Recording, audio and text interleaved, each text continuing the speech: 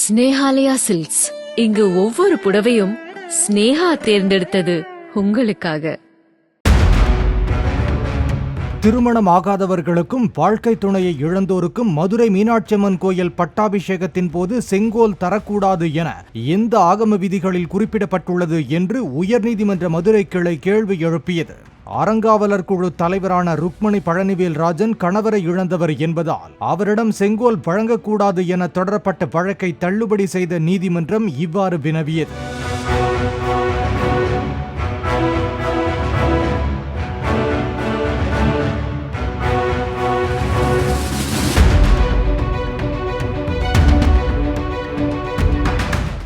Snehalaya silks.